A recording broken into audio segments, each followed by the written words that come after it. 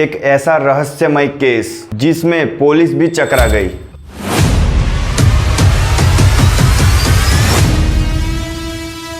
पुणे की रहने वाली एक 19 साल की लड़की 2 अक्टूबर 2012 उसके दिन बर्थडे पार्टी में जाती है और उसकी अगली सुबह उसकी लाश मिलती है।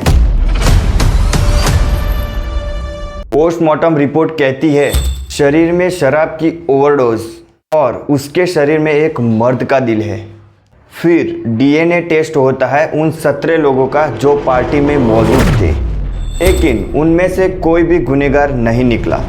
के बाद पुलिस जो है ये केस क्राइम ब्रांच को सौंप देती है।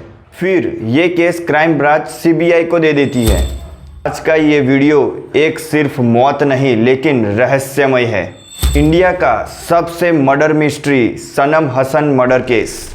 चलिए दोस्तों शुरू करते हैं एक ऐसी अनोखी कहानी।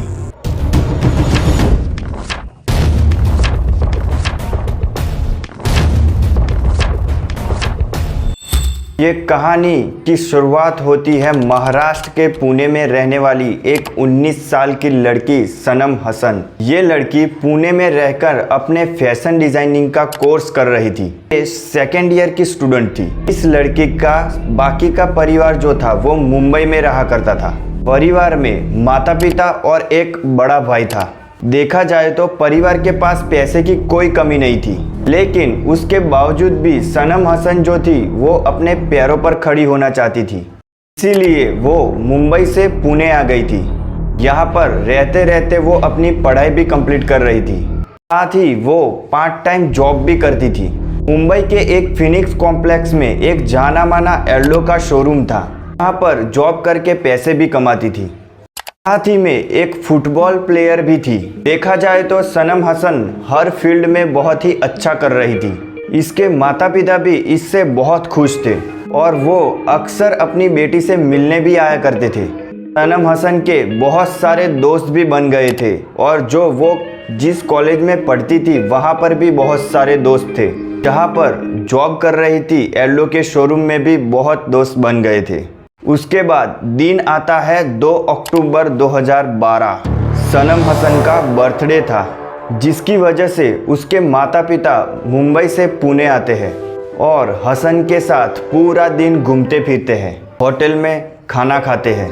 उसी टाइम उसके पेरेंट को वो बताती है कि आज रात को उसके साथ काम करने वाले एक लड़के ने रात को बर्थडे पार्टी का आयोजन किया है। दरअसल एल्डो के शोरूम में उसके साथ काम करने वाला एक लड़का था जिसका नाम था मोनिश विजय, और इसने आज की रात सनम हसन के लिए बर्थडे पार्टी ऑर्गेनाइज की थी। वो पूरा दिन अपने पेरेंट के साथ रहती है और बर्थडे सेलिब्रेट करती है और उसी रात को वो अपने दोस्तों से मिलने चली जाती है। सनम हसन के पेरेंट्स और उसका भाई होटल में ही रुक जाते हैं। तकरीबन होटल से 8 किलोमीटर दूर एक दोस्त के फ्लैट में मोनिश विजय ने ये पार्टी अरेंज की थी। अब ये पूरी पार्टी ऑर्गेनाइज होती है 2 अक्टूबर 2012 की, और यही से कहानी करवट लेती है और ऐसी करवट लेती है कि हर किसी के रोंगटे खड़े हो जाए। ये रात बीत जाती है। फिर अगला दिन आता है 3 अक्टूबर 2012। सुबह के तकरीबन 8 बजे मोनिश विजय सनम के पिता को कॉल करता है और कहता है जल्दी से नज़दीक की हॉस्पिटल में आ जाइए, सनम की हालत बहुत ही ख़राब है। सनम हसन के पेरेंट्स भागते दौड़ते हॉस्पिटल में पहुंचते हैं, लेकिन वहां जाकर पता चलता है कि सनम हसन की तो मौत हो चुकी है। अब सनम हसन के जो पेरेंट्स हैं वो बिल्कुल शॉक में चले जाते हैं, क्योंकि कल तक उनकी बेटी जिंदा थी। कल उन्होंने पूरा दिन साथ में बिताया था और बर्थडे भी सेलिब्रेट किया था, और आज उनकी बेटी के साथ ऐसा हो गया। वहाँ पर पुलिस भी आ जाती है और बॉडी की जांच की जाती है। बॉडी को पोस्टमार्टम के लिए भेज दिया जाता है। जब पोस्टमार्टम की रिपोर्ट आती है तब पता चलता है कि सनम हसन की बॉडी में काफ़ी सारे मात्रा में अल्कोहल पाया गया, यानी या तो अपनी मर्जी से या तो ज़बरदस्ती से किसी ने काफ़ी सारी शराब पिलाई थी, और उसी शराब और ओवरडोज की वजह से सनम हसन की हार्ट अटैक से मौत हो गई। साथ ही में सनम हसन की बॉडी से कुछ सीमेन के भी सैंपल्स मिलते हैं जो कि मृत्यु से पहले सनम के साथ शारीरिक संबंध बनाए गए थे, लेकिन क्लियर नहीं था कि ये संबंध सहमति से बनाए गए थे या फिर जबरदस्ती। साथ ही में पोस्टमार्टम रिपोर्ट में चौंकाने वाली ये बात सामने आई कि सनम हसन के शरीर में जो दिल था वो किसी मेल का था। देखिए दोस्तों, जब पोस्टमार्टम होता है तो शरीर के सारे अंग निकाल दिए जाते हैं और उन अंगों की जांच की जाती है। डॉक्टर ने जब उसके हार्ट की जांच की तब उसमें मिले प्रोटीन से पता चला कि ये किसी फीमेल का नहीं बल्कि मेल का हार्ट है। अब आपके मन में ये सवाल जरूर उठता होगा कि अब ये कैसे संभव हो सकता है कि किसी फीमेल के अंदर मेल का हार्ट ग्रो कर रहा हो। सनम हसन की बॉडी पर मरने से पहले ऐसा कोई भी निशान नहीं था जिससे कहा जा सके कि उसकी कोई हार्ट सर्जरी हो सकी थी। तो यहाँ पर पुलिस को ये केस बहुत ही ज़्यादा पेचीदा होने वाला था। जैसे कि आपके मन में सवाल उठ रहे हैं, वैसे ही पुलिस के मन में काफ़ी सारे सवाल थे। पुलिस अपनी जांच शुरू कर देती है। सबसे पहले पुलिस को ये मालूम करना था कि सनम हसन के साथ संबंध किसने बनाए थे, उसे शराब किसने पिलाई थी। इसी के चलते उन 17 लोगों को पुलिस थाने पर ले आती है जो उस रात पार्टी में मौजूद थे, जिसमें सनम हसन के कुछ कॉलेज के दोस्त थे और उसके शोरूम में काम करने वाले कुछ कलीग्स भी थे। पुलिस बारी बारी से सभी से पूछताछ करती है।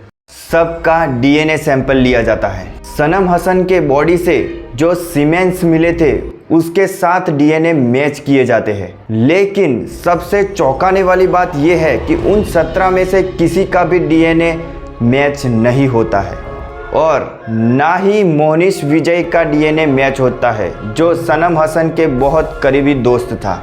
यानी कि उन 17 लोगों में से किसी ने भी सनम हसन के साथ संबंध नहीं बनाए थे। यहाँ पर यह केस और भी ज़्यादा उलझता जा रहा था। उसके बाद पुलिस के मन में ये सवाल उठता था कि सनम हसन की डेड बॉडी से मिला हुआ हार्ट, वो हार्ट किसका था। अब पुलिस मोहनिश विजय से उस रात के बारे में डिटेल में पूछती है। उसके बाद पता चलता है कि मोहनिश विजय के दोस्तों ने उसे थोड़ी बहुत शराब पिलाई थी। धीरे धीरे ये थोड़ी बहुत शराब अब ज़्यादा मात्रा में पलट गई। शराब के ओवरडोज के कारण सनम को रात को उल्टी भी हुई थी, जिसके बाद मोहनिश ने उसे एक कमरे में सुला दिया था और जब सुबह उठकर उन्होंने कमरे में देखा तो सनम मर चुकी है। वो लोग उसे नज़दीक की हॉस्पिटल में लेके गए। डॉक्टर ने चेक किया तो उन्होंने उसे मृत घोषित कर दिया। अब इस केस में पुलिस को कुछ भी नीड नहीं मिल रही थी। ऐसे ही समय बीतता गया और साल आ जाता है 2014। सनम हसन के पेरेंट्स के कहने पर यह केस सीबीआई को हैंडओवर कर दिया जाता है। सीबीआई सारे तथ्यों को जोड़कर इस केस की इन्वेस्टिगेशन शुरू कर देती है।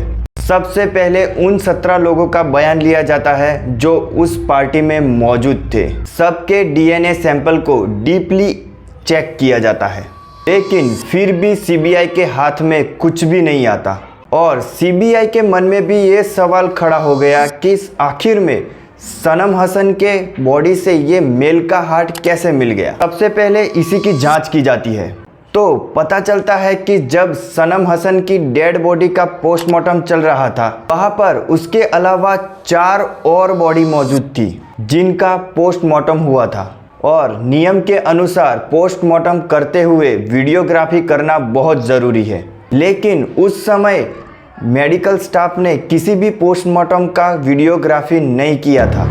सीबीआई की जांच में ये बात सामने आती है कि सनम हसन के मौत के मामले में कहीं ना कहीं मेडिकल स्टाफ और डॉक्टर की लापरवाही थी। हार्ट ट्रांसप्लांट के समय या पोस्टमार्टम के समय में डॉक्टरों ने 2 हार्ट की गड़बड़ी कर दी थी। रिपोर्ट में ये दर्ज हुआ कि सनम की बॉडी से मेल का हार्ट मिला है, जिससे पूरे केस की दिशा ही बदल गई। हालांकि इस गड़बड़ी का कोई ठोस प्रमाण नहीं मिला, लेकिन सारे तथ्यों को जोड़कर यही अंदाजा लगाया गया। लेकिन असली सवाल तो यही था कि मरने से पहले सनम के साथ किसने संबंध बनाए थे। इस सवाल का जवाब ढूंढने में पुलिस को पूरे 2 साल लग गए। फिर आता है साल 2016। सीबीआई के हाथ में कोई ठोस प्रूफ नहीं मिलता, तब तो वह कोर्ट से एक खास इजाज़त मांगती है, सनम की बॉडी को कब्र में से दोबारा निकाला जाए। कोर्ट इस मांग को मंजूरी दे देता है। उसके बाद सनम की बॉडी को कब्र में से बाहर निकाला जाता है। बॉडी से कुछ डीएनए सैंपल लिए जाते हैं और उन्हें दोबारा टेस्टिंग के लिए भेजा जाता है, लेकिन फिर भी नतीजा निराशाजनक रहता है। कोई प्रूफ नहीं मिलता। सीबीआई के हाथ ऐसा कोई प्रूफ नहीं मिलता जिससे मुख्य आरोपी ठहराया जाए। सनम हसन की माता का कहना यह था कि उनकी बेटी बहुत ही फिट थी और वो फुटबॉल प्लेयर भी थी, कभी भी शराब को हाथ भी नहीं लगाया था। उनका ये मानना था कि जबरदस्ती बर्थडे पार्टी में उसको शराब पिलाई थी। उसके बाद नशे की हालत में उसके साथ दुष्कर्म किया गया और फिर उसकी हत्या कर दी। सीबीआई हर तरीके से जांच करती है, प्यार, दुश्मनी, जलन, सब तरीके अपनाती है। जिस 17 लोगों को शक के दायरे से लाया गया था, उन सभी की बैकग्राउंड जांच की जाती है।